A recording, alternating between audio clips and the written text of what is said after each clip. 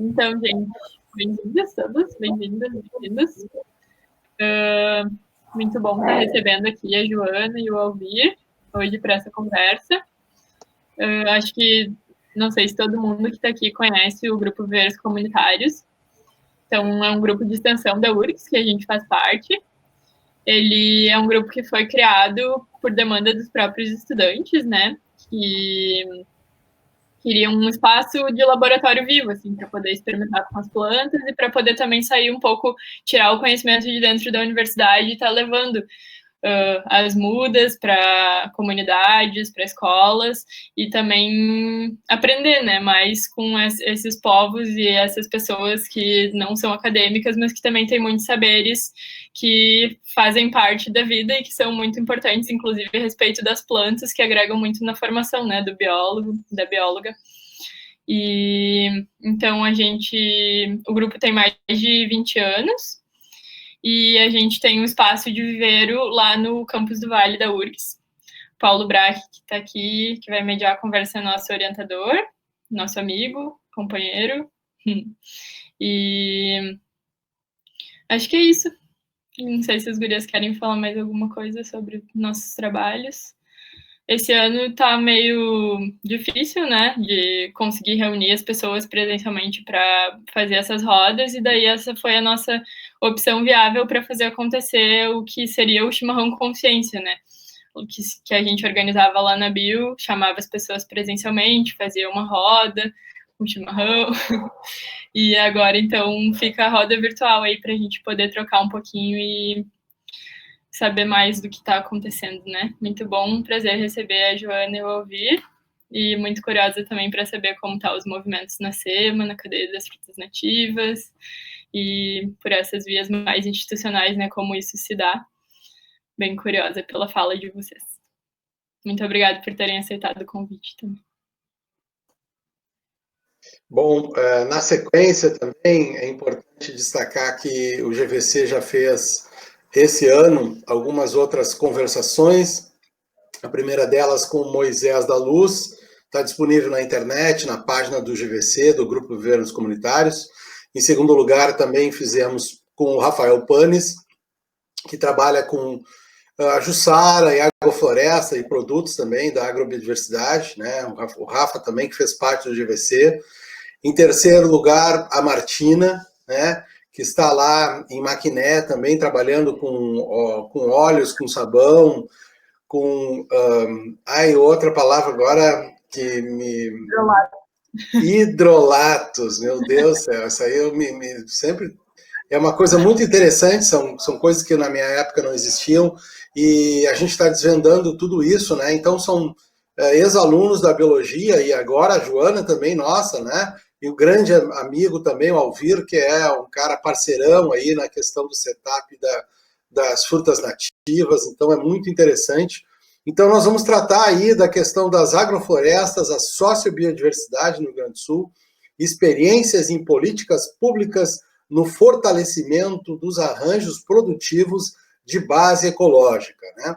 Então nós acreditamos em nossa proposta desses diferentes falas que vocês estão fazendo e das nossos debates, é tratar do papel estratégico da sociobiodiversidade, né?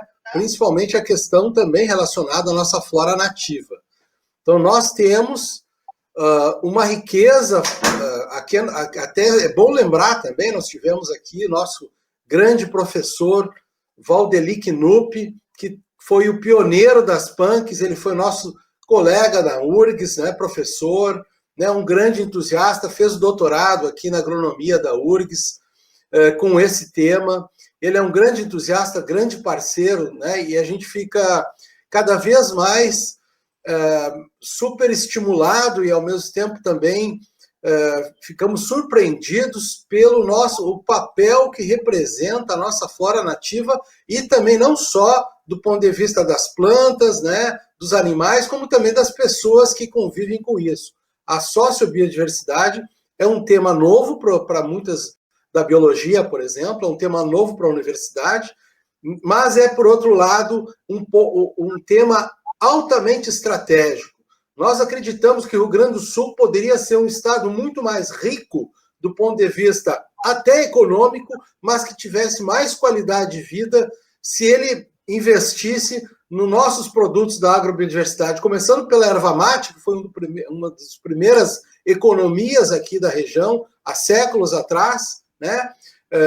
Junto com a erva mate, nós sabemos outras tantas plantas que a gente vem desenvolvendo, inclusive o GVC já está fazendo trabalhos com a bananinha do mato, né, que tem todo esse arranjo também relacionado a povos indígenas, os guaranis, relacionado à fauna, né, polinizadora e outros animais também dispersores, e pela produção que representa e o que pode também resultar do ponto de vista potencial. Então, é um conjunto muito grande, né, de recursos que o Rio Grande do Sul tem, mas infelizmente estão submetidos a uma lógica de monoculturas. Então, é o grande tema dessa contradição. Então, eu vou deixar a cargo aqui, tanto da Joana como do Alvir, né, a palavra para eles e agradecendo a presença deles aqui para essa conversa. Então, Joana, poderia começar?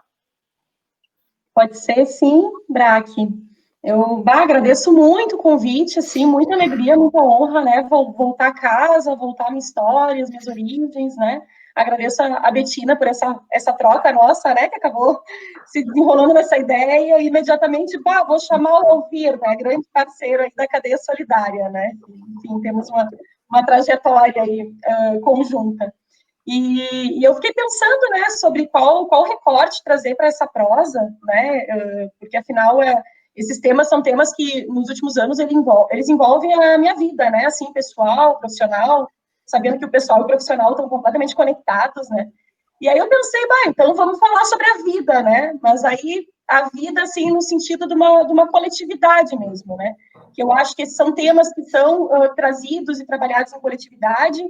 E eu acho que esse é um dos primeiros grandes aprendizados que a gente acaba tendo na biologia e nessa vivência de viveiros comunitários e no próprio diretório acadêmico, que é essa vida em construção coletiva, né? Assim, então, isso a gente sempre vai trazer para a nossa vida profissional, essa base, assim, filosófica, ela vai reverberar, assim, em toda a nossa caminhada, né? E aí eu queria trazer, assim, que eu fiz biologia na URGS, né, no ano de 2002 a 2009, e tive um envolvimento muito legal com o grupo Viveiros Comunitários entre os anos de 2002 e 2004. Na época, a gente estava trabalhando muito lá na Reserva Biológica do Lami. Foi o tempo aí, né, junto com o BRAC, onde estava a gestão do Rodrigo Cambará, que eu acho que em algum momento já deve ter feito essa prosa também com vocês. O Cambará construiu toda essa lógica de gestão participativa, né, acaba sendo um trabalho de referência nacional, certamente. E ali a gente estava também, além de ter feito um viveiro na reserva, a gente estava começando a trabalhar com esses aspectos de restauração nessa escala mais sistêmica, digamos assim, né? Onde estavam chegando todas essas técnicas, metodologias que saía desse universo estrito do plantio de mudas e ia para todas essas propostas de nucleação, ilhas de biodiversidade, transposição de serrapilheira, puleira artificial, e a gente, inclusive, fez uma intervenção ali, uma restauração na Ponta do Cego, na época, isso deve ter sido o ano de 2002, o Braque deve lembrar bem, assim, que eu acho que foi um tempo bem fértil também do viveiro, um outro Ocupação local. Verde, né? Ocupação Verde, foi linda, assim, eu tenho uma memória muito forte, assim, desse momento, sabe, dessa trajetória. E depois, claro, o viveiro acabou rumando para esse espaço aí, o viveiro Bruno Irgan, né, assim, grande Bruno, e aí toda essa trajetória de diretório e viveiro sempre teve muito imbricada, né? Então, assim, acabei acompanhando toda essa caminhada, né? Uma vez viveiro, sempre viveiros comunitários, assim, é a sensação que eu tenho, sabe? E aí eu queria trazer um pouco também que em 2004 se criou o DESMA aí na universidade, e eu trago isso não simplesmente para trazer a minha história, mas porque eu acho que tem muita relação com a história do socioambientalismo na academia também, né? O DESMA é o Núcleo de Estudos em Desenvolvimento Rural Sustentável da Mata Atlântica. Ele se... chegou, eu comentei que eu dei uma pequena parada para entregar a criança para o pai. Vocês esperam um minutinho ou menos que isso, tá bom?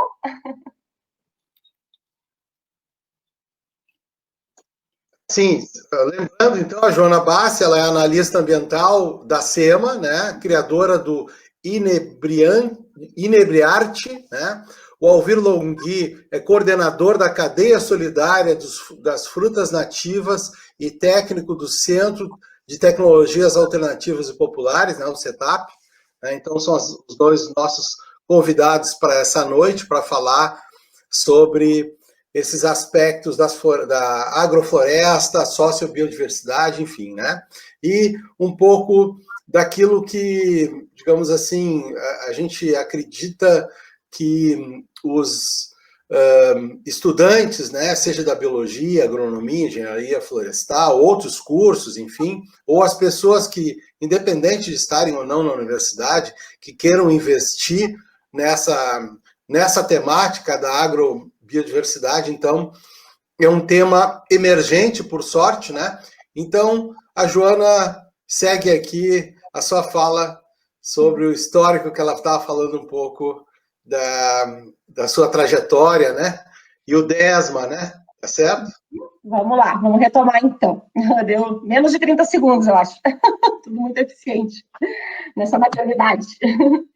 E o DESMA, então, ele traz muito essa temática da sociobiodiversidade para a universidade, junto com todo esse debate de etnoecologia, etnobotânica, de certo modo é onde esse campo científico ele vai se estruturando dentro da URGS, né? Se tentou, naquele momento, fortalecer essas bases na própria biologia da URGS, mas, infelizmente, não se teve tanto esse eco dentro da bio, né? Apesar de que boa parte dessa galera que fundou o DESMA, a Gabriela, a Rumi, são biólogos, assim, né? Então, os biólogos contribuíram muito nessa construção, né? Mas o espaço da universidade que alocou esse debate todo foi a pós-graduação no desenvolvimento rural. E aí surge também um dos primeiros projetos que eu acho que traz à tona, assim, na academia e talvez na política pública também, o debate sobre sociobiodiversidade, que é o projeto Samambaia Preta, que acabou culminando na primeira planta, no primeiro produto florestal não madeireiro, a ter um extrativismo regulamentado no estado do Rio Grande do Sul. Então, acabou sendo um marco nessa época. A gente está falando aí de 2004, 2005, 2006, acho que foi quando saiu essa instrução normativa da Samambaia Preta.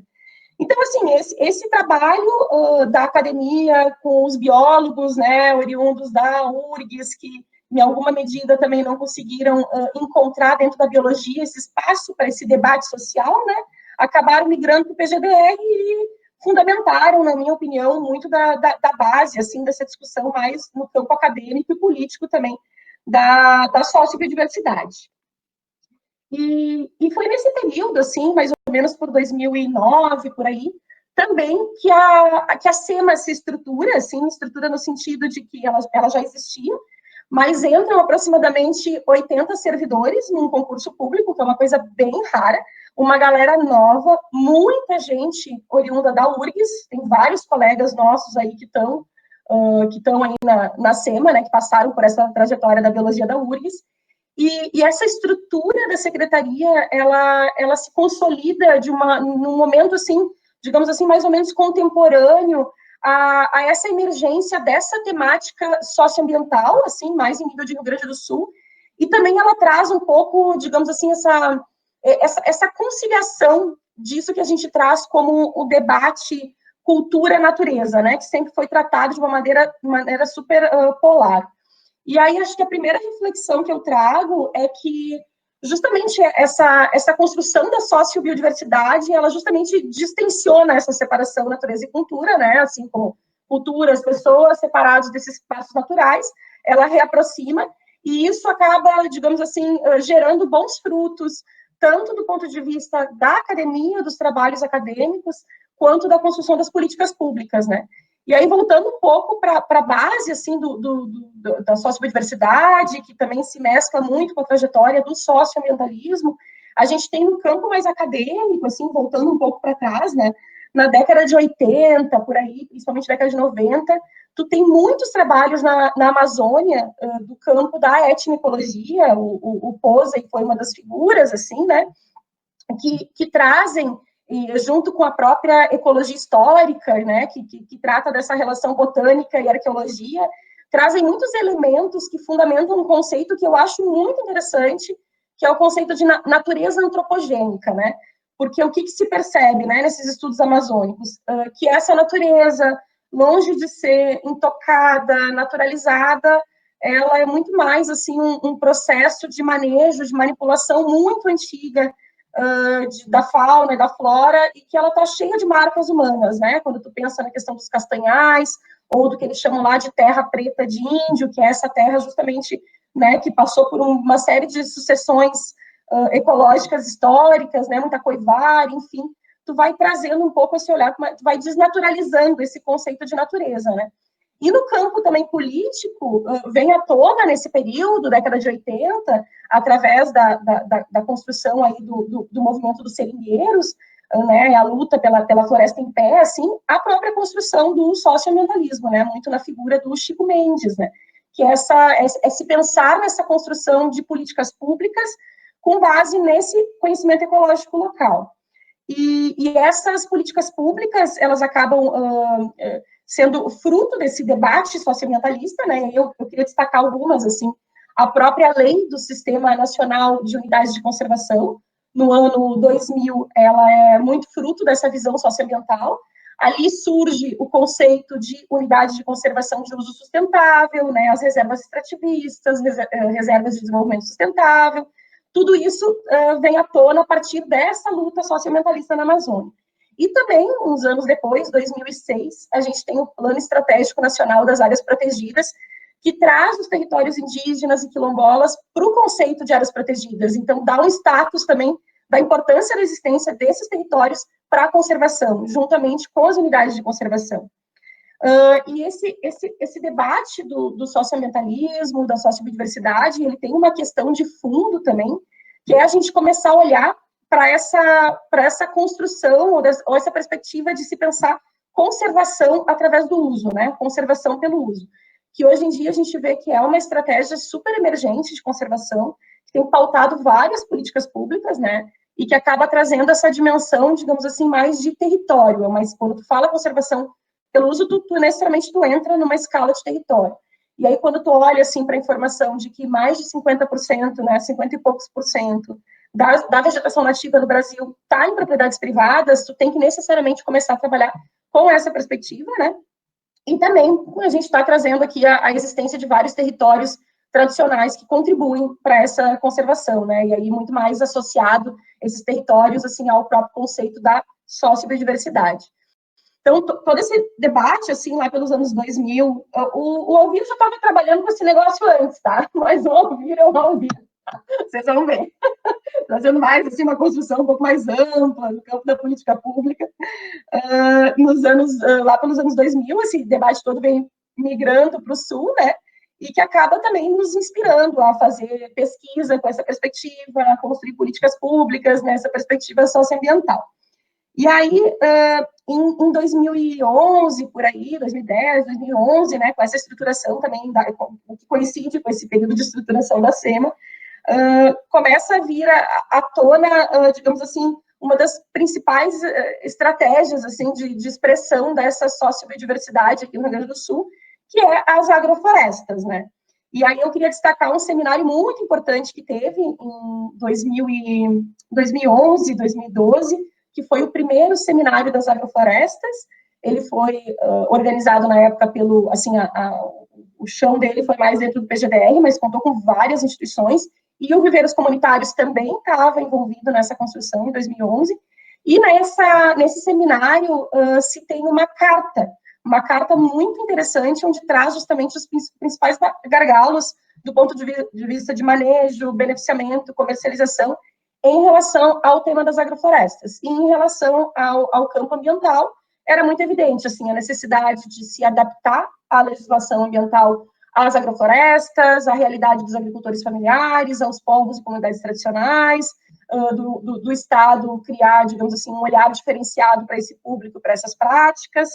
E na época também já existia uma legislação muito importante, que é a Lei da Mata Atlântica, que é de 2006, desculpa, e essa lei já traz alguns preceitos que justamente essa carta acaba sustentando, né, desse olhar diferenciado. Mas vocês sabem que, ao mesmo tempo, entre tu ter uma lei e tu conseguir incorporar isso dentro de uma política pública, tem uma caminhada, né, assim, por isso que as coisas às vezes demoram um tempo mesmo, né, até uma outra perspectiva que estava sendo trazida à tona. E aí o BRAC conhece bem essa história, por esse período também se constituiu a Câmara Temática de Agroecologia e Produção Orgânica, vinculada à Secretaria de Desenvolvimento Rural. E lembrando que a gente está no tempo do governo Tarso Genro, onde se criou a Secretaria de Desenvolvimento Rural, que eu acho que deu um passo bem importante assim, para conectar mais o Estado aos movimentos do campo, né? Com todas, certamente com todas as controvérsias, né, existentes nesse processo, a gente sabe, né? Mas acho que foi um passo bem interessante. E dentro dessa Câmara Temática de Agroecologia e Produção Orgânica, se criou, então, o subgrupo Manejo, que era muito interessante, porque era uma estrutura, assim, bem paritária, né, com o envolvimento da sociedade civil e do Estado, muita gente, o movimento agroecológico muito envolvido, o Alvir estava envolvido, o pessoal da NAMA muito envolvido, lembro muito da família Belé também, né, trazendo essa questão de que o Estado tinha que tentar adaptar os seus procedimentos. Então, foi uma construção muito bonita, assim, acho que foi bem feita nesse sentido da capacidade também do Estado de escutar essas demandas sociais, né, e toda essa experiência desse pessoal do campo, né, da agroecologia, acabou culminando naquilo que a gente reconhece hoje como a principal estratégia de conservação da sociobiodiversidade em ambiente florestal que o Estado, ou que a SEMA mais especificamente propõe, que é a certificação agroflorestal e extrativista. Esse é um trabalho que foi conduzido, na época, pela antiga divisão de licenciamento florestal, hoje em dia divisão de flora, então foi um trabalho bem coletivo, bem bonito, né? Eu acompanhei no início e agora eu estou retomando, assim, e acho que depois o Alvir também vai falar um pouquinho sobre como que esse certificado ele se reflete lá na ponta, né, com os agricultores, enfim, mas de uma forma geral ele é um documento, né, uma autorização, uma licença, o nome que for, assim, é o mesmo sentido, que é emitido pela SEMA, né, que tem essa base ecológica e que permite a realização de diversos tipos de manejo na propriedade rural.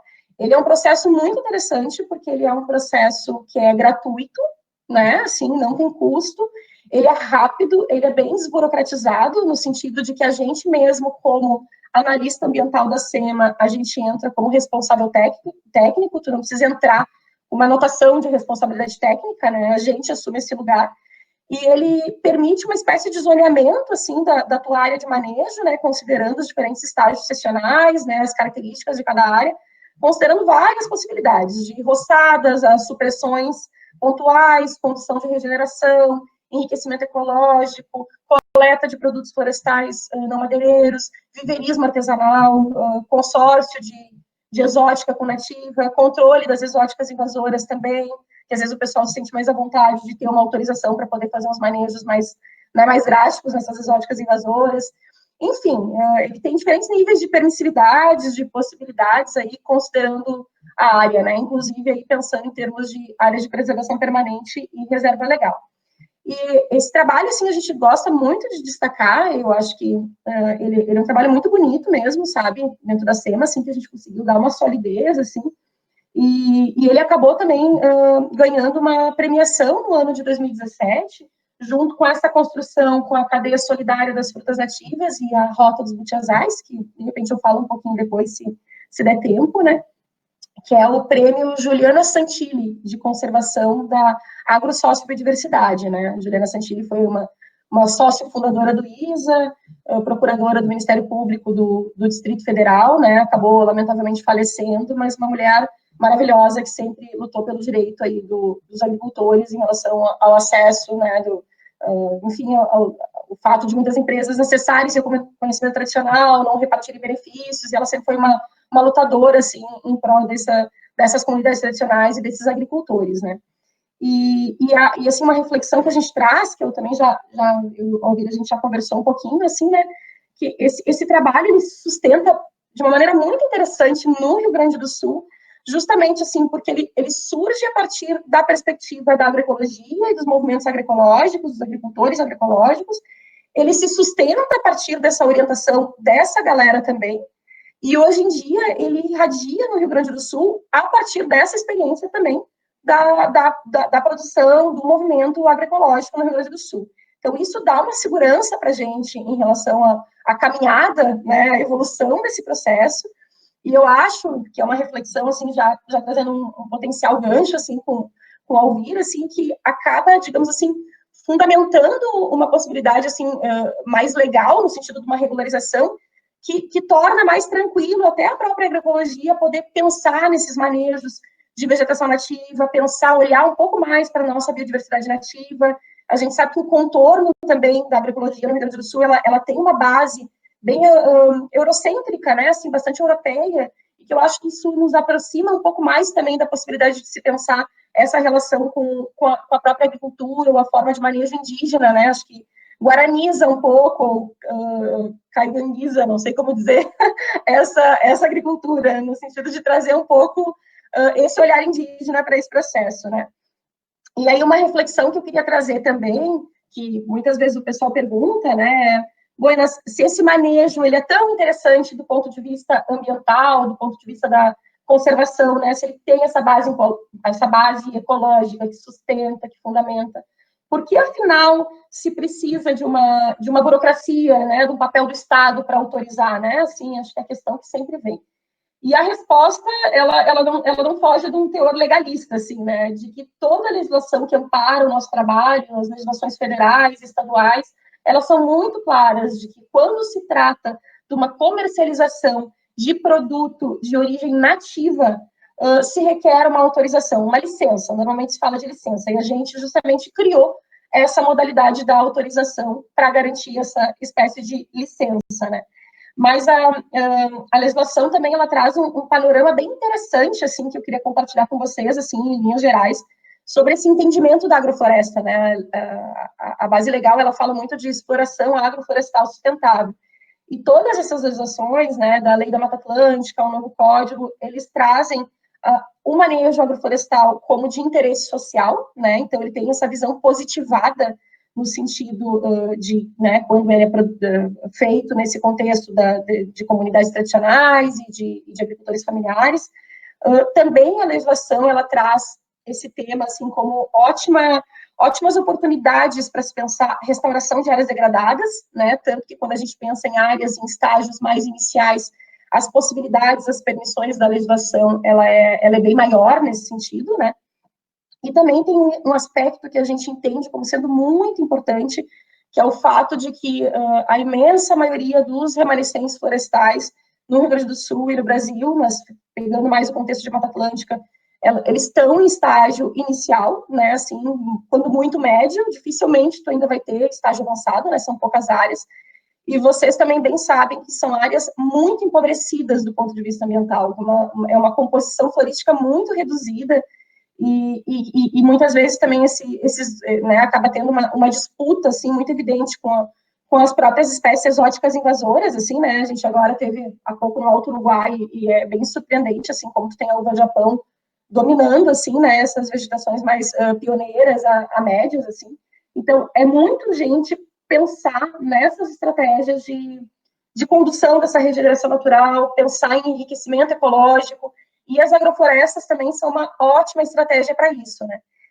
E aí eu queria fazer, daqui a pouquinho já tô finalizando a minha fala, mas queria trazer um outro ponto que eu acho bem importante, assim, que talvez também faça um pouco esse gancho com o Alvir, é que a legislação ela é muito clara também em relação ao compromisso do poder público em relação a garantir incentivos fiscais e financeiros para agricultores familiares e comunidades tradicionais, assim, né.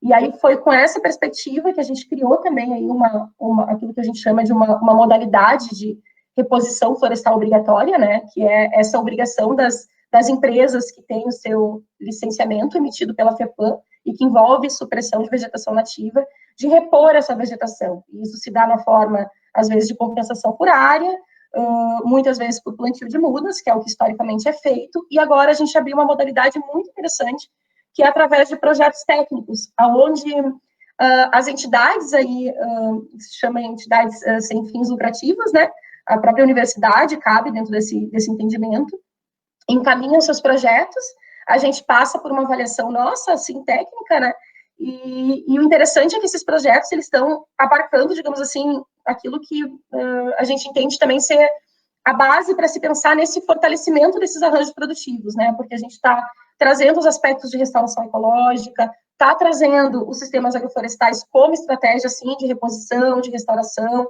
o uso sustentável desses produtos da sociobiodiversidade, o próprio viverismo, né? O viverismo nessa escala mais comunitária, regional, e essa experiência dos projetos, ela também surge de uma constatação muito objetiva, assim, de que, historicamente, essas experiências com plantio, com reposição com plantio de muda, né, desconectada de técnicas ou de um olhar um pouco mais sistêmico, ela não gerou resultado em termos de conservação. A gente teve muita perda, muito plantio mal feito, muita restauração mal feita, distribuição de muda, campanha de distribuição, que não garante nenhum tipo de efetividade em termos de conservação. Então, assim, foi uma necessidade de ser um pouco mais vanguardista, assim, nessa discussão de restauração, né, e poder abrir para essas novas possibilidades que certamente auxiliam no processo de fortalecimento desses arranjos produtivos relacionados à sociobiodiversidade. Hoje em dia, a gente tem mais ou menos, eu me perdi nos cálculos, assim, mas mais ou menos uns 15 projetos. Mais recentemente, a gente também tem conseguido trabalhar em algumas aldeias indígenas, tem sido um trabalho que a gente tem movimentado. Eu, dentro da SEMA, represento a secretaria no Conselho Estadual dos Povos Indígenas também. Então, a gente está conseguindo justamente direcionar para essas áreas indígenas que são antigos hortos florestais do Estado, né, reconhecidas como terra indígena, e que são entregues nas piores condições ambientais possíveis, né, assim, né, antigo horto de eucalipto, muito uso com pecuária, são extremamente degradadas, e a gente já está conseguindo aí um trabalho com essa reposição florestal em 4 aldeias até o momento, que eu, assim, sonho a gente poder disseminar e irradiar isso para várias, o que envolve também toda uma sensibilização aí das empresas, né, assim, devedoras, né, e romper um pouco esse preconceito institucional em relação à questão indígena, né. Mas acho que é uma caminhada bonita que a gente tem conseguido costurar junto com o próprio Conselho Estadual dos Povos Indígenas. Também a gente tem os projetos ali na região do Noroeste, um projeto com a galera da Embrapa, chamado Restauração, que pega justamente essa possibilidade de se ter de se qualificar essa cadeia produtiva da restauração naquele recorte ali, naquela região, né, uma região dominada por soja, e que conta aí com um ator da cadeia solidária também, que é a rede, para a execução desse projeto, né, e que ali acho que é bem interessante, porque está se firmando também uma espécie de redes de pequenos viveristas, onde se pensa aí nessa costura maior, assim, inspirado em algumas experiências do Brasil, como a própria rede de coletores de semente do Xingu. Então, tem uns intercâmbios interessantes, assim, com essas outras redes, para tentar fortalecer, né, essa escala mais em termos de um viverismo regional. E aí eu deixo aqui também a provocação para que os viveiros comunitários, né, assim, via URGS, pensem num projeto, né, se for o caso, mas eu acho que sim, a gente pode ajudar, inclusive, nessa construção, para daqui a pouco compor aí esse banco de projetos aí da SEMA, da Divisão de Flora, né, para se pensar nessas alternativas de reposição. Com certeza o tema de viveiro é um dos mais almejados e um dos mais necessários para se pensar nessa estruturação de uma cadeia maior também em termos de restauração, né. E aí, meio que para fechar, eu tinha outras coisas para trazer sobre esse tema, mas não vai dar tempo. Só queria trazer, assim, que esse olhar de conservação pelo uso, ele também tem pautado outras políticas nacionais, os planos nacionais de conservação, os PANs, né, que são essas estratégias aí do Ministério do Meio Ambiente para tentar justamente dar conta minimamente dessas metas de Aichi, que são as metas previstas aí para o ano de 2010 a 2020, de reduzir a ameaça às espécies, reduzir o grau de espécies ameaçadas. Obviamente, 2020 está aí, a gente não acessou nem metade disso, né, estamos muito longe, assim, né, se falhou muito nesse processo, mas esses planos nacionais, o que eu queria destacar é que cada vez mais eles estão rumando por uma perspectiva de território também, eles partem de uma lógica de conservação de espécie, né, assim, né, enfim, PAN Arara Azul, PAN mais focado em espécie, ele amplia para um nível ecossistêmico, e hoje em dia ele também dá conta, né, acho que são vários PANs com vários enfoques acontecendo concomitantemente, mas ele dá conta dessa abordagem de território. E aqui no Rio Grande do Sul, a gente tem 2 PANs bem interessantes, um deles é o PAT, na verdade, que é o Plano de Ação Territorial do Planalto Sul, que pega essa região dos Campos de Cima da Serra do Rio Grande do Sul e de Santa Catarina, que tem, inclusive, como um dos eixos, esse fomento a práticas produtivas que conservem e restaurem a vegetação nativa. E o Plano Nacional de Conservação das Lagoas do Sul, que pega a planície costeira do Rio Grande do Sul, né, Rio Grande do Sul, Santa Catarina, e que também tem todo um enfoque de se trabalhar com conservação de espécies, ecossistemas, e esse reconhecimento desse modo de vida, né, cuja existência é o que garante, o que dinamiza também essa conservação, né. Então, também esse olhar tem rumado para essas políticas mais amplas em nível de Ministério do Meio Ambiente também. E aí, já fechando e passando para o Alvir a prosa, eu queria só trazer uma reflexão que surgiu ontem, assim, conversando com a Betina, né, assim, pensando que boa parte do pessoal aí é estudante da biologia, né, uma trajetória que eu passei também, e que às vezes, assim, a gente sai da biologia e quando vê, tu ingressa no serviço público, e justamente por a gente ter esse olhar da autogestão, dessa coletividade, essa experiência desses processos mais anarquistas, assim, no sentido de ser muito mais horizontais, às vezes a gente se depara com vários dilemas de se trabalhar no Estado, né?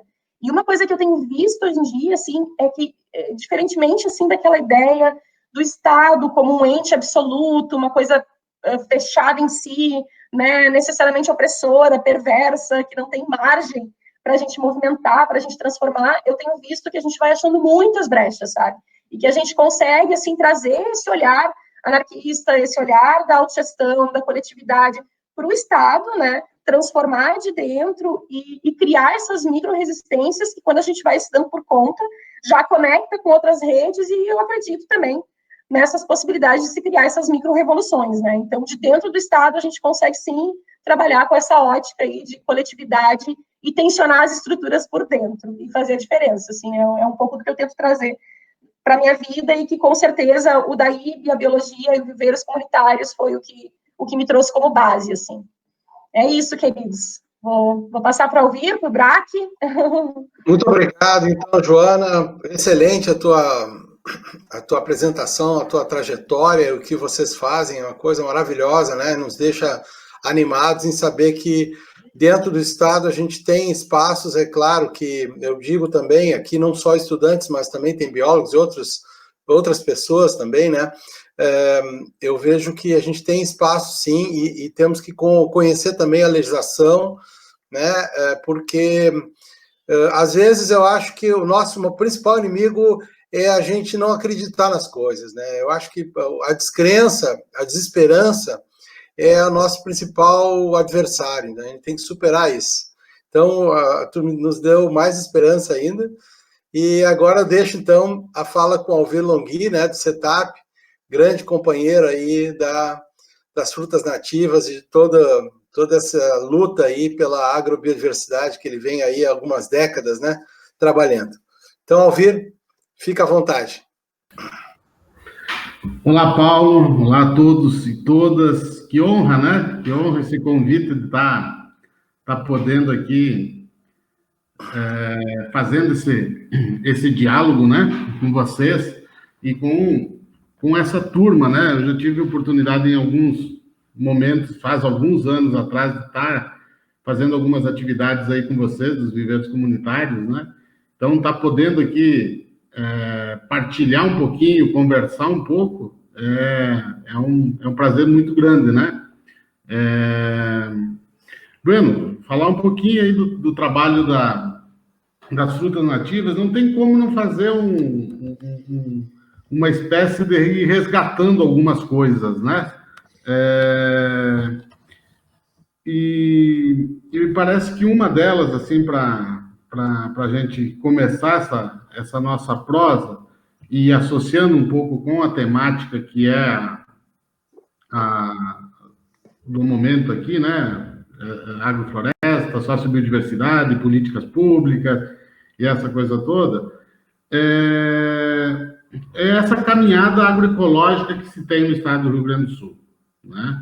Acho que se hoje a gente chega num patamar que, para mim, é muito interessante, né? E a Joana já traz vários elementos que nos ajudam aí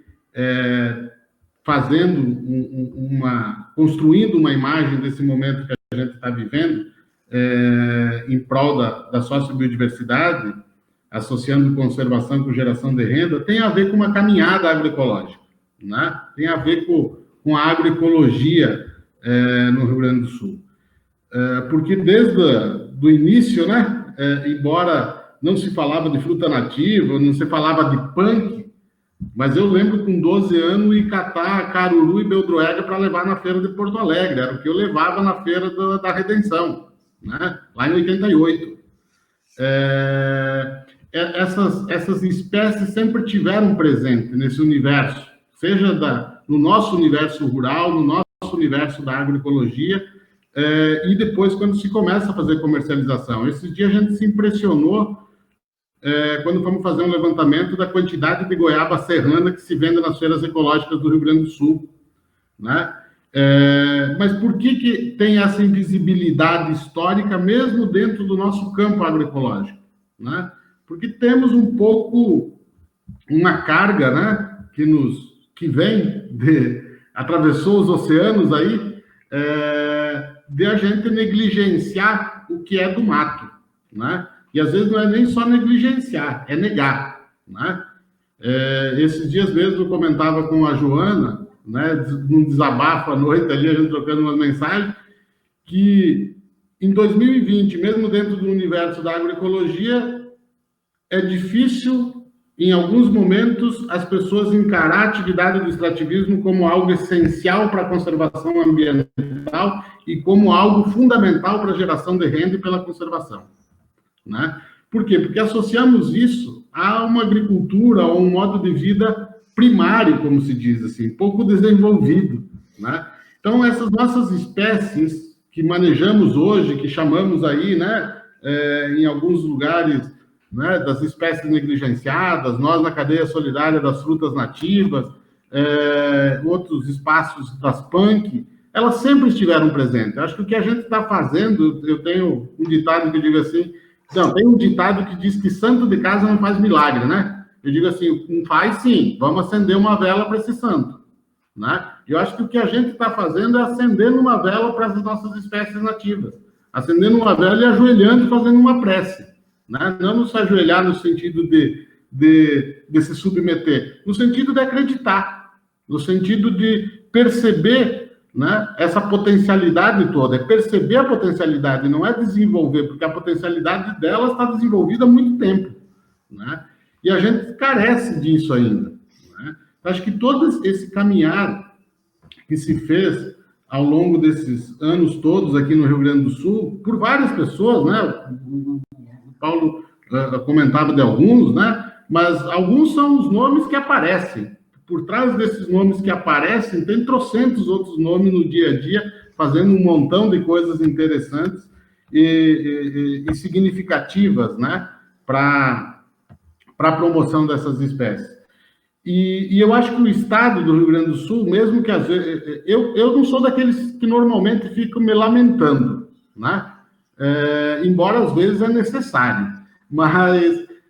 eu costumo ver nos nossos espaços de debate, normalmente, que a gente acha desculpa para tudo, né? Tudo é contra a gente, né? E eu, hoje, mesmo nesse momento que a gente vive, se nós olhar para as coisas boas que estamos fazendo e que existem, que está sendo feito por várias mãos, nós nunca tivemos num momento da história tão bom como esse, nos últimos 30 anos, pelo menos, para desenvolver cadeias produtivas, para desenvolver ações de valorização e uso da sociobiodiversidade, né? Imagine a gente falar há alguns anos atrás, né? 10 anos atrás, 15 anos atrás, quando a gente estava há 22 anos atrás fazendo as primeiras agroflorestas, né? Há 20 anos atrás fazendo um primeiro viveirinho de mudas para as agroflorestas, que eram caixinhas de papelão dentro de garagens, para cá e para lá, né? Ninguém nem nos criticava, porque dizia assim, olha, isso não precisa nem criticar, isso já nasceu morto, isso não tem futuro, né? Falar em aproveitar guabiroba, pitanga, cereja, uvaia, guabiju, araçá, carqueja, né? E por aí vai. Hoje não, hoje a gente tem essas experiências, de certa forma, não diria consolidadas, mas em bom andamento, porque consolidado acho que a gente nunca está, né? Sempre corremos riscos e sempre temos outras perspectivas a serem trabalhadas, mas se a gente chega até esse momento, é porque muitas vezes a gente não olha para fatos que foram acontecendo ao longo dessa história, né? E aí eu estou associando isso um pouquinho com as questões do papel do Estado. Nós tivemos lá em 2000, o Paulo deve lembrar isso, a Joana traz a questão da Samambaia Preta. Eu lembro de um seminário em Porto Alegre em 2001, 2002, do Pesquisa por Demanda, onde eu fiquei apaixonado, né, pela Samambaia Preta, mas não em si pela Samambaia, mas porque pela simbologia que ela tinha naquele momento, de fato, foi a primeira vez que eu vi alguém falando em extrativismo no Rio Grande do Sul, assim, e defendendo o extrativismo, né? Mas nós tivemos lá uma pesquisa por demanda, onde tivemos as primeiras, né? O Estado do Rio Grande do Sul fez ali um programa de apoiar pesquisas que emergiam do campo para serem desenvolvidas. E vários projetos do Pesquisa por Demanda eram para desenvolver sistemas agroflorestais baseados em espécies nativas, né? Não, eu poderia ir comentando, né, a Joana traz o seminário das agroflorestas, várias coisas assim, né? Então, acho que a gente foi o conjunto de feiras ecológicas existentes no Rio Grande do Sul, onde as espécies nativas aparecem como o terceiro produto mais procurado, e só não vende mais porque não tem, né? Tudo isso, né, foi nos levando a um contexto, a contextos, né, no passar desses anos, muito interessantes. Então, eu acho que tem aí uma das questões significativas da questão do Estado, e não vou falar do que a Joana comentou, não vou ficar elogiando a SEMA aqui, mas se tiver uma hora que dá um prêmio para alguém das instituições públicas de reconhecimento pelo papel de relevância na promoção da sociobiodiversidade das agroflorestas no Rio Grande do Sul, sem dúvida é a SEMA, né? Sem dúvida nenhuma, o que a SEMA vem fazendo do ponto de vista da regularização, né, dos sistemas agroflorestais, do ponto de vista de apoio financeiro agora com os projetos da RFO, né? E o terceiro elemento que eu acho que às vezes a SEMA nem se dá conta disso é a legitimidade que ela dá para os atores sociais que fazem esse processo. Ou seja, então, para mim, um dos primeiros papéis do Estado é o reconhecimento da temática. Isso é uma dificuldade, né? É uma dificuldade da gente dialogar em vários espaços quando você tem o reconhecimento social dos temas que você aborda. E quando você tem um Estado, e aí o Estado, Paulo, é a universidade, né? Quando a universidade pública, que nem vocês, como a URGS, reconhece, tem seminários, tem encontros, e às vezes o reconhecer é um intercâmbio lá num grupo de agricultores, vocês não imaginam o impacto que tem o intercâmbio de estudantes num grupo de agricultores para conhecer as experiências que ele tem. Se tem algum agricultor que recebe uma visita de um grupo desses, e quando ele pensar em desistir da causa, ele vai pensar 10 vezes a mais depois da visita, né? Então, os impactos se dão em vários campos. Então, acho que o primeiro papel do Estado é o reconhecimento, né? É o reconhecimento desse processo.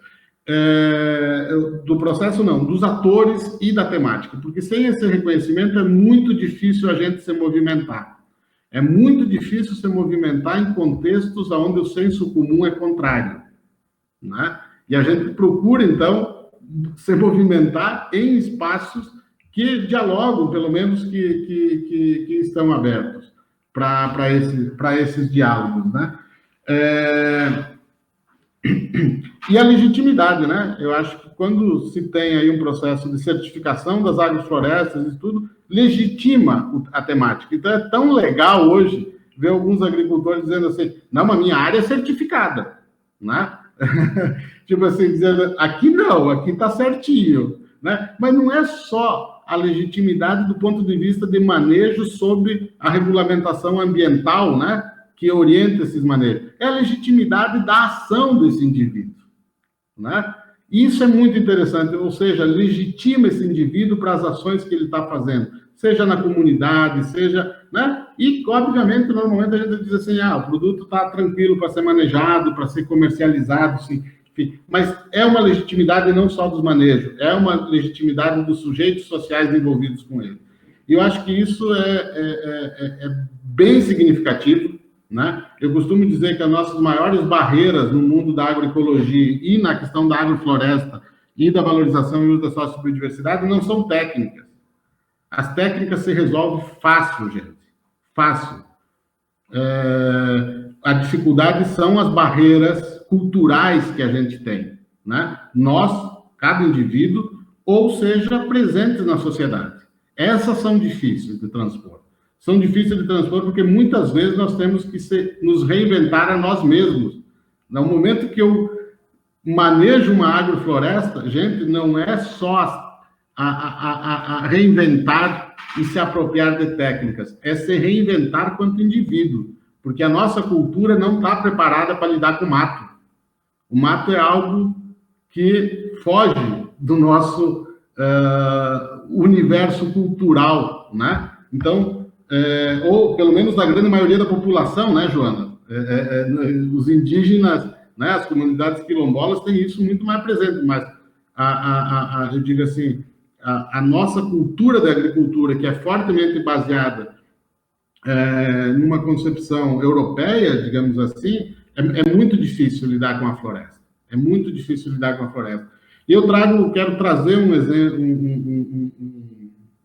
um exemplo disso, é como que a gente, ao longo da história, não reconhece os sistemas tradicionais existentes. Né? Nós temos muitas agroflorestas no Rio Grande do Sul, muito mais do que nós imaginamos.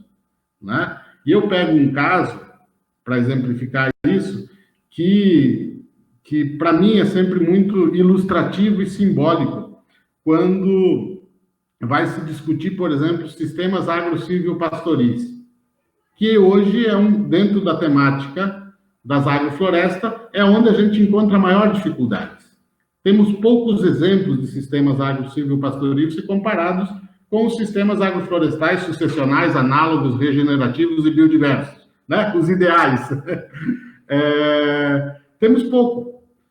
E temos poucos porque não olhamos para os sistemas agro-silvio-pastoris feitos de maneira equivocada, acertados em outros momentos, carentes de algumas técnicas que hoje a gente temos clareza de que poderia ser diferente, mas são as nossas áreas na agricultura familiar que são os potreiros, que mesclam a criação dos animais com árvores, com banhados, né? Ou seja, nas unidades dos agricultores familiares do Rio Grande do Sul, na sua grande maioria, não em todos, o espaço agrícola, agropecuário manejado que mais conserva a biodiversidade nativa são os potreiros.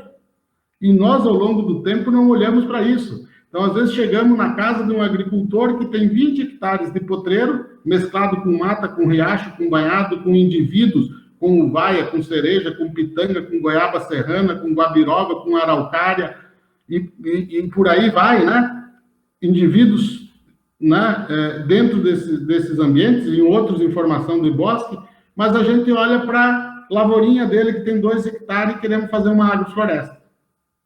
Né? Interessante, não estou dizendo que não tem que fazer a agrofloresta lá, que os sistemas agroflorestais não tenham que trazer também ferramentas, né, para a gente agroecologizar os sistemas produtivos que hoje têm grande impacto ambiental. Obviamente, temos que fazer isso. Quem sou eu aqui? Não estou negando as agroflorestas, não, pelo contrário. Senão eu perco meu emprego amanhã, se alguém disser isso. Mas eu digo assim, como que a gente não olha para os sistemas tradicionais? É essa a reflexão. Né?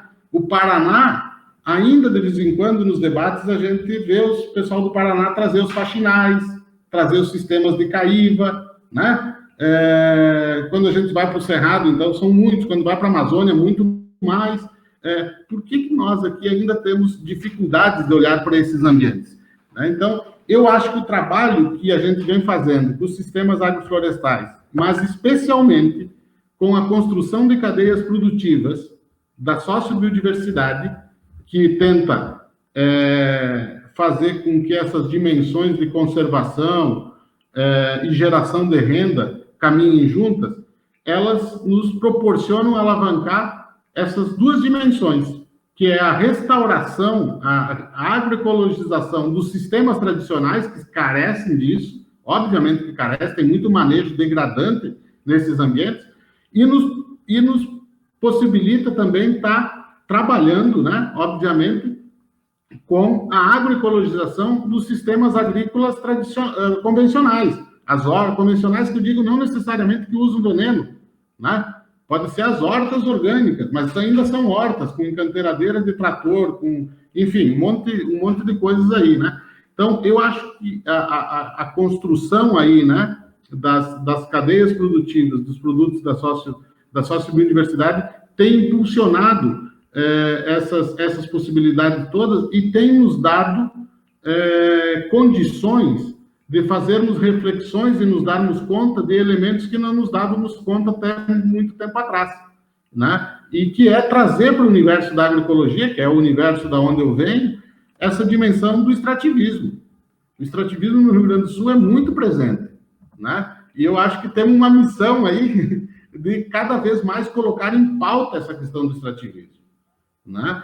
Porque ainda temos muitos, embora não tanto quanto gostaríamos, mas temos remanescentes de vegetação nativa que são manejados pelos agricultores, de forma mais intensa ou menos intensa. Então, a atividade extrativista, ela é extremamente importante aí. E essa questão que a SEMA faz da certificação abrange esses dois universos, né? Tanto do extrativismo quanto dos sistemas agroflorestais. E aí, quando a gente começa a olhar para esses trem todos, né? Aí o Paulo Braque diz que antes se confundiu com os hidrolatos, né? As possibilidades de estarmos fazendo aproveitamento dessas espécies são inúmeras, né? Que vai até nesse campo dos cosméticos e tal, e tantos outros que a gente não, às vezes, não caiu a ficha ainda, né? E que vai se descobrindo ao longo do tempo. Então, me parece assim, para a provocação aqui inicial, né? Para a gente ir fazendo o debate, porque eu acho que o próprio nome aqui do nosso momento é conversação, né? Acho que tem que vir as reações da galera aí, a gente poder ir refletindo em cima disso. Mas só a título de dados, eu vou ter que revisar esse dado, viu, Joana? Então não considera ele ainda, vou fazer uma segunda contagem, mas a gente certificou 190 hectares de sistemas agroflorestais em 20 meses no Rio Grande do Sul. E eu não me impressiono com o número de 190 hectares de sistemas agroflorestais, não é o que mais me impressiona. O mais me impressiona é ter gente que quis fazer isso em tão pouco tempo. Né? Ou seja, há 10, 15 anos atrás, era muito difícil convencer alguém de fazer agrofloresta, né? E 190 hectares de agrofloresta e de extrativismo, né? Certificados. Desculpe, não é só de agrofloresta. Mas isso é resultado, me parece, de um conjunto de coisas que vão acontecendo, a legitimidade que a sociedade vai dando, o reconhecimento que o tema vai tendo, a repercussão da temática em vários espaços, né? Hoje, muitos espaços aí para discutir bioeconomia, para discutir bioinsumos, e essa pauta, então, ela tá sempre presente, então isso vai dando um caldo legal, mas também pela possibilidade de geração de renda a partir do uso dessas espécies, né? Acho que isso tem impulsionado bastante as práticas de conservação ambiental, né? Ou seja, hoje as famílias de agricultores, os empreendimentos envolvidos estão fazendo conservação ambiental, estão fazendo agrofloresta, prática de extrativismo, enfim, várias coisas, né? E gerando renda das espécies nativas. Eu tenho um sítio, né? Ele tem 3,6 hectares. Eu manejo ele tudo com sistema agroflorestal de cultivo mínimo. Não entra enxada no meu sistema. Máquina menos ainda. Enxada, eu detesto enxada, né? Ou seja, faço quase aquela agricultura guarani, assim, de abrindo covinha aqui, plantando ali e tal, né? E esses dias atrás teve um cara que resolveu querer fazer uma sistematização das espécies que eu tenho lá e quando todas estiverem produzindo, qual que vai ser a minha renda anual, né? Chegou a 160 mil reais por ano. E o que é isso? Tô rico, Joana, né? Não, mas eu mesmo me impressionei, né?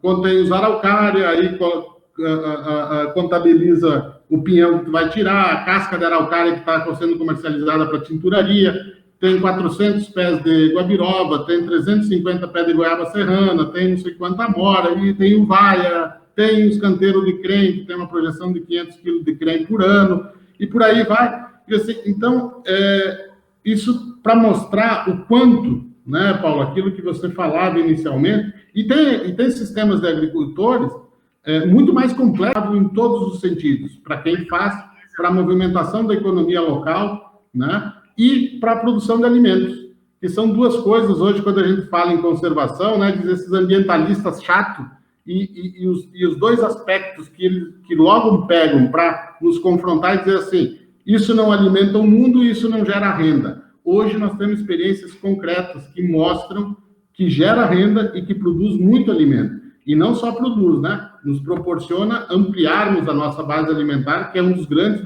desafios da alimentação no mundo. Bueno, eu disse que eu ia parar 10 minutos antes e gastei mais um tempão desse. Grato, gente, pela oportunidade. Muito obrigado, Alvir. E depois, Joana, eu só queria fazer também alguma abordagem aí para provocar e depois também deixar oportunidade para o pessoal que está fazendo perguntas aqui. Rapidamente, né? Só para a gente lembrar, o Rio Grande do Sul perdeu esse ano 35 bilhões de reais pela seca na soja, no verão de 2019 para 2020. Quer dizer, é uma coisa que não é tão raramente acontece. Eles dizem que é agricultura de precisão, etc., mas as monoculturas, claro que agora a soja está lá em cima, mas daqui a pouco ela pode estar aqui embaixo, e a gente está estrangulando, infelizmente, o Estado, né? A gente está vendo o estrangulamento da diversificação econômica, celulose, soja, né? E várias atividades que muitos agricultores desenvolviam, às vezes até muita gente desiste e aposta no eucalipto, aposta na soja, enfim. Então é muito importante também esses teus dados econômicos aí, claro que não é fácil para chegar nesse ponto, né? Eu até traria aqui um dos temas, digamos, antes de ir para as perguntas das pessoas, o tema do extrativismo que tu falasse, né? Alguns anos atrás eu fui em Brasília discutir algumas questões, eu estava no Conselho Nacional do Meio Ambiente, e teve uma reunião sobre as metas de Aichi, inclusive, que a Joana aqui falou. E aí a gente tratou dos temas dos produtos da agrobiodiversidade, enfim, e o pessoal, a grande maioria do pessoal, foi totalmente a favor da domesticação e contrário ao extrativismo. A palavra extrativismo não é bem vista, inclusive, dentro da área ambientalista. Inclusive, tem um termo que até gente de esquerda que trabalha com esse mega negócio destruidor, eles chamam de extrativismo. Olha só o extrativismo. Se é extrativismo, vamos chamar assim, o mega extrativismo. Mega extrativismo, sim, esse é perverso. Mas aquele local, né, nem sempre, muitas vezes é a grande saída, como tu falasse, a gente resgatar esses processos que, de certa maneira, tem todo um histórico, até porque tu falasse nos potreiros, eu me lembro que a gente foi há uns anos atrás lá nos Belé, nossos amigos Belé, que nós vamos chamar eles aqui para falar também, e vimos alguns potreiros com muita fruta nativa, e também aquelas covas, né, dos bugres, né, então muito provavelmente eram áreas de manejo dos caingangues ou outros grupos indígenas antigos, né, em que formaram um grande pomar e que estão ali ainda, né, presentes naquela região, então no Prado, Ipê, enfim, Vacaria, aquela região aí, onde tem mato ainda, muito provavelmente eram áreas de manejo, que então não estamos falando nada novo, né, e sim em um resgate, em grande parte, né, de produtos que já eram utilizados. Apenas. Vamos pensar aqui, vamos pegar algumas perguntas, pessoal. Então, aqui temos uma pergunta do Pablo Pereira. Pergunta para a querida colega Joana e o grande Alvir. Que dificuldades estão sentindo ou acreditam ainda existirem para o uso da sociobiodiversidade em produtos artesanais ou meios industriais, considerando a legislação ambiental, sanitária, gestão pública, etc.?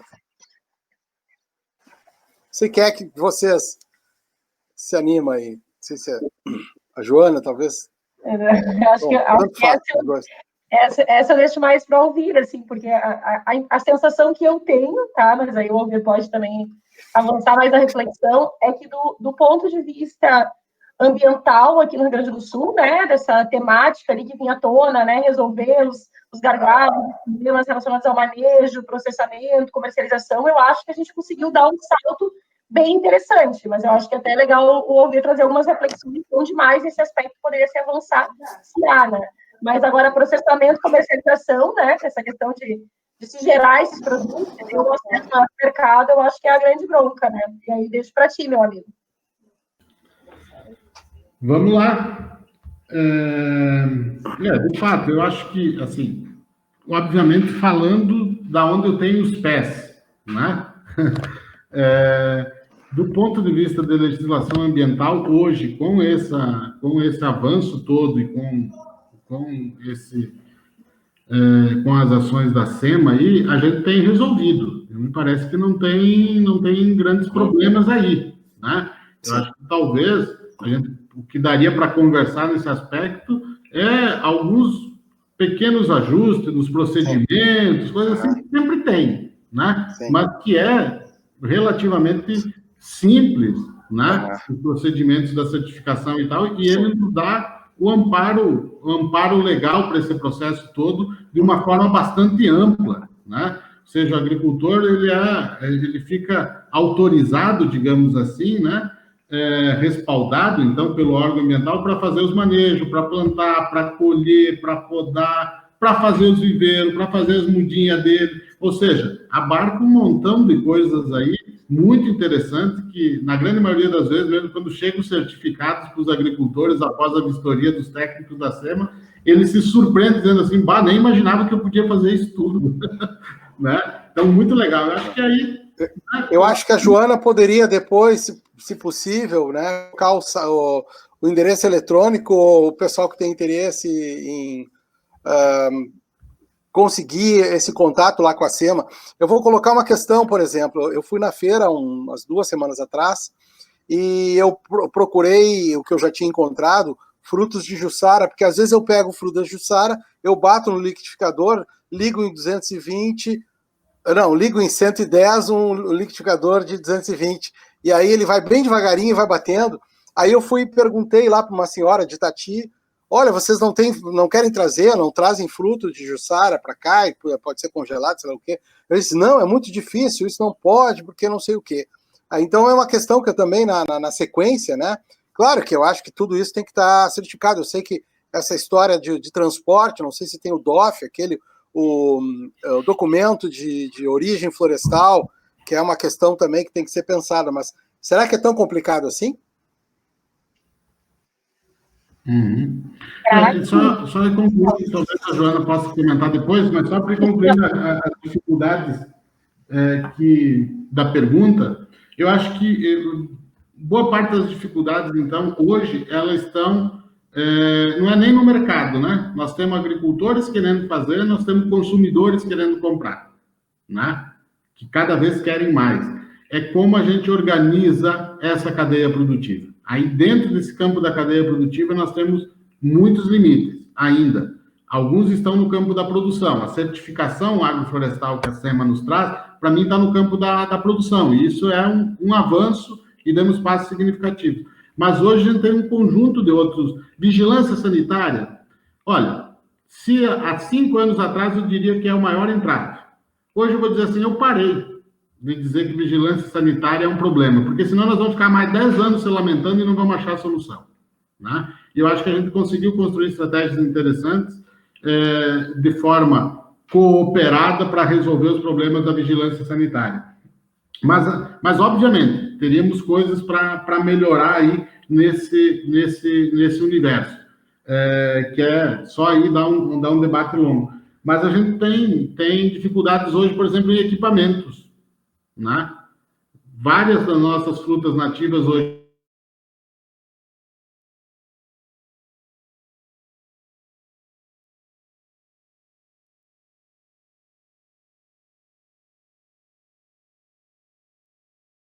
né? Se pensasse em desenvolver uma cadeia produtiva da goiaba serrana em grande escala hoje, não é difícil. A gente compra tudo muda de goiaba serrana da Ipagre melhorada lá de Santa Catarina e faz pomares. Vamos ter padrão de fruta, vamos ter casca fina, e aí um equipamento que tem no mercado resolve o problema do processamento. Mas nós queremos trabalhar com as 30 variedades de goiaba serrana que tem na Serra Gaúcha. Bom, que equipamento que me permite eu trabalhar com uma goiaba maior, uma goiaba menor, uma goiaba de casca grossa, uma goiaba de casca mais fina, que tem a sua importância em todos os aspectos ambientais da conservação, mas também de sustentabilidade do sistema, porque uma é mais atacada por uma coisa, outra é mais atacada por outra. Nós temos goiaba que começa a amadurecer aqui de um mês e a outras que vão amadurecer aqui de 3 meses, quando a outra, né? Então, tudo isso, essa diversidade nos dá não precisa isso chovendo molhado com vocês, né? Nos dá a resiliência da cadeia produtiva como um todo, não só do sistema de produção. Mas equipamentos é um problema para lidar com essa biodiversidade, com essa diversidade toda, né? Então, o processamento aí, a gente tem vários gargalos ainda no sentido de resolver, né? Eu atribuo, assim, hoje uma das dimensões aí de dificuldade é essa. E a outra é na logística de transporte e armazenamento. Se nós imaginar hoje, as feiras ecológicas do Rio Grande do Sul não estão preparadas para comercializar produto das frutas nativas, especialmente congelados. Não tem luz elétrica disponível na maioria das feiras ecológicas do Rio Grande do Sul, para chegar com uma banquinha, instalar um freezer e ligar ele numa tomada 110 ou 220, conforme a corrente do município, para que o agricultor possa ter as polpas lá, ter o picolé, ter o sorvete, ter iogurte, seja lá o que for, né? Ou mesmo manter frutas refrigeradas, né? Imagine uma cereja ser colhida na quinta-feira à noite para ser comercializada em Porto Alegre na sexta de manhã. Ela vai ter que ir refrigerada para isso, senão ela não chega em boa qualidade. Então, acho que nós temos um problema de logísticas, né? Mesmo dentro do universo da agroecologia, ainda para serem melhoradas. Diga lá, Joana. Sim, vamos lá. Não, eu fiquei agora pensando um pouco na resposta que tu trouxe, né, de como que, de certo modo, os principais problemas ainda, hoje em dia, né, quando tu pensa que essa questão principalmente dos equipamentos, da própria logística, comercialização, como, de certo modo, isso já reflete um certo alcance que se tomou, né, essa escala de produção, porque, quer dizer, né, quando a questão da vigilância sanitária, ou essa preocupação maior em relação a esse regramento, o ajuste a esse regramento, que era pauta lá de 2011, né, como principal gargalo, tanto quanto manejo, né, e isso já, de certo modo, já se encaixou nesses termos, né, acho que no ajuste coletivo se consegue chegar a esses termos, mas hoje em dia, justamente, tu aumenta essa escala, tu precisa de equipamentos muito mais específicos e que dê conta dessa escala, e tu precisa de uma estrutura muito mais articulada de transporte que dê conta dessa produção, isso já revela o próprio alcance que se tomou essa cadeia, né, essa articulação de mercado, assim, né. E aí, outra coisa que eu ia trazer, que o Braque comentou, em relação a como acessar, a gente conseguiu incluir no site da SEMA, né, o site é www.sema.rs.gov.br, lá na abinha lá de gestão de flora, a gente incluiu um ícone ali de certificação agroflorestal. E ele está bem legal, porque a gente também conseguiu colocar uma espécie de manual para acesso. Você vai botar no chat? Oi?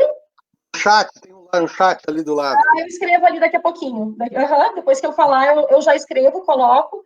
E ali tá bem legal, porque tem aliás, eu tenho que ativar o chat, porque eu não consegui ver as perguntas.